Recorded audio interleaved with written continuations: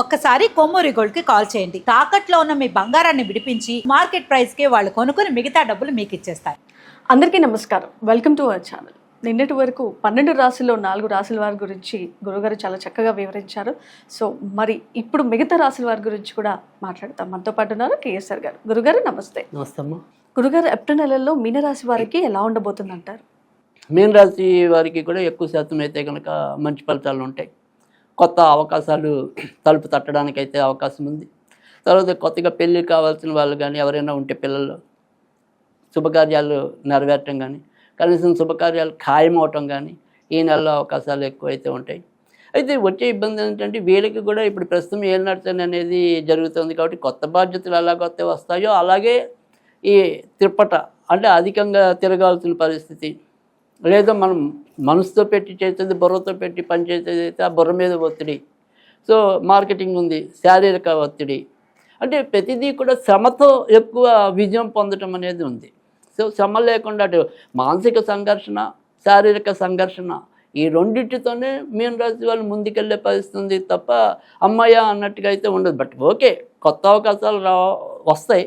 వీళ్ళు నిరూపించుకోవడానికి కొద్దిగా శ్రమ పడినా కూడా ఇది రైట్ టైం. సో మన మీద ఒక గురుతర బాధ్యత పెట్టారు. సో దాని నుంచి తప్పించుకు తిరగటమా, దాన్ని ఎదుర్కోవటమా? సో ఎదుర్కోగలిగిన పరిస్థితి ఇప్పుడు ఉంది. సో దానివల్ల సంఘర్షణ తప్పదు. అంటే ఛాలెంజింగ్ ఎక్కువ ఉంటాయి అంటారు. ఛాలెంజెస్ ఉంటాయి, బట్ ఛాలెంజ్ని వీళ్ళు తీసుకున్నా విజయం పొందగలరు. సో నిరాశ అవసరం లేదు. కానీ ఎప్పుడైతే ఛాలెంజెస్ మనం తీసుకున్నామో స్ట్రగుల్ అనేది ఉంటుంది అంతా ఆబ్వియస్గా ఉంటుంది కదా. సో ఆ రకమైన స్ట్రగుల్ అయితే కనుక ప్రస్తుతం అయితే కనుక మీన రాశికి ఉంది. ఇక కొత్తగా పెళ్ళైన భార్యాభర్తలు లేదా ఇప్పటికే పెళ్ళైన భార్యాభర్తలు ఎవరైనప్పటికీ కూడా అంటే వైవాహికంగా ఈ వైవాహిక విషయంలో మాత్రం కొద్దిగా ఇబ్బందులు ఉన్నాయి. అంటే ఈ జీవిత భాగస్వాముల్లో ఎవరికొకరికి మధ్య మధ్యలో కొంత అనారోగ్య సమస్యలు రావడానికి అయితే కనుక ఆస్కారం అయితే ఉంది. అయితే ప్రాణాపాయాలు ఏమీ లేవు. సో చతుర్థ స్థానంలో గురుడు ఉన్నాడు కాబట్టి వీరు ఏదో రకంగా రక్షించబడటం అనేది అయితే ఉంటుంది. గురుగారు, ప్రతి రాశులలో కూడా మనం ఒకటి గమనించాల్సింది ఏంటంటే వైవాహిక జీవితంలో ఏదో కొంత రకంగా అంటే ఆటంకాలు లేదంటే ఇబ్బందులు అనేవి అయితే మనం అన్ని రాశుల్లో చూస్తున్నాం. ఎందుకంటారు? అంటే సాధారణంగా ఇప్పుడున్న గ్రహస్థితిలోకి వచ్చేప్పటికి ఏంటంటే ఏదైనా ఈ రాహుకేతు అనేది ఇబ్బంది అనేది ఉంది. అంటే ఎవరికైతే మేలు చేయాల్సిందో భార్యాభర్తల పరంగా అక్కడ రాహుకేతు ఇబ్బంది ఉంది. తర్వాత ఎవరికైతే గురుడు వల్ల కుటుంబ జీవితం బాగుండాలో ఆయన గురుడు అష్టమంలో ఆయన యొక్క శత్రు మిథున రాశిలో ఉండటం అనేది ఉంది. అందుకని ప్రతి ఒక్క దాని మీద ఎంతో కొంత ఇంపాక్ట్ అనేది ఉంది. ఇప్పుడు కన్యారాశి ఉంది. కన్యారాశి వాళ్ళకి వైవాహిక జీవితం బాగుండాలి అనుకున్నప్పటికీ కూడా అక్కడ శని సప్తమ స్థానంలో ఉండటం అనేది. తర్వాత తులారాశికి బాగుండాలి అనుకుంటే కనుక ఆయన శత్రువు అంటే కుజుడు, ఆ కుజుడు ఆయన శత్రురాక్షమైన కుంభరాశిలో సంచరిస్తున్నాడు. అలా ప్రతి ఒక్కరికి ఏదో రకంగా మెలుకుంది ఇప్పుడు ఈ ప్రస్తుతం ఉన్న. అందుకని మీరు అన్నట్టుగా అంటే మీరు బాగా పరిశీలన చేశారు, అందరికీ ఇంచుమించుగా ఆ రకంగా ఉంది అన్నట్టుగా.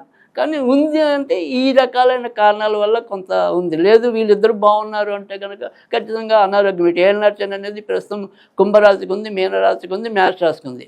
మళ్ళీ అర్ధాష్టమ శని ధనురాశికి ఉంది, అష్టమ శని అనేది సింహరాశికి ఉంది. అంటే 5 రాశులు పోయాయి. గురుగారు, మరి ప్రతి రాశుల్లో కూడా గమనించింది ఏంటంటే ఆటంకాలు వైవాహిక జీవితంలో ఉంది అని. సో మరి ఈ వైవాహిక జీవితాన్ని సాఫీగా అంటే సాగాలి అనుకుంటే వాళ్ళు ఏ పూజను నిర్వహిస్తే చాలా మంచి ఫలితాలు ఉంటాయి? అంటే ఇప్పుడు మామూలుగా అయితే ఏ రాశికి ఆ రాశి మనం బాగుండాలి అనుకున్నప్పుడు ఆ రాశిలో చెప్పడం అనేది ఉంది. కానీ అలా కాకుండా అసలు అన్ని రాశుల వారికి కూడా ఏదైనా సరే ఈ వైవాహికంగా ఉండే ఇబ్బందులు అధిగమించడానికి లేదా ఇతరత్ర అక్కడ సుఖం పొందడానికి అందరికీ కామన్గా ఏదైనా సరే ఆరాధన ఉందా అంటే కనుక ఖచ్చితంగా లలితాదేవికి సంబంధించిన పూజలు. అంటే ఇప్పుడు ఏమంటాం, లలితా సహస్రనామం చదవటం వచ్చిన వాళ్ళు చదువుతారు, లేదు కనీసం వినటం. ఇప్పుడు మనకు వస్తే ఓకే చదువుతాం, తప్పేందో చదివితే ఇంకా మంచిది. కనీసం మనకి నవమీద భక్తి మార్గాల్లో శ్రవణం అనేది కూడా ఉంది కాబట్టి విన్నా కూడా మంచిదే.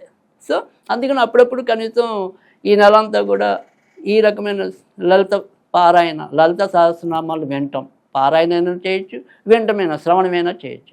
ఈ రెండిట్లో ఏదో ఒకటి చేసినా సరిపోతుంది. గురుగారు, మీనరాశి వారు ఎలాంటి రత్నాన్ని ఉపయోగిస్తే మంచి ఫలితాలు ఉంటాయి? మీన రాశి వాళ్ళు అయితే కనుక కనకపుష్ప రకం ధరించినట్టయితే కనుక మంచి ఫలితాలు మరింత పెరుగుతాయి.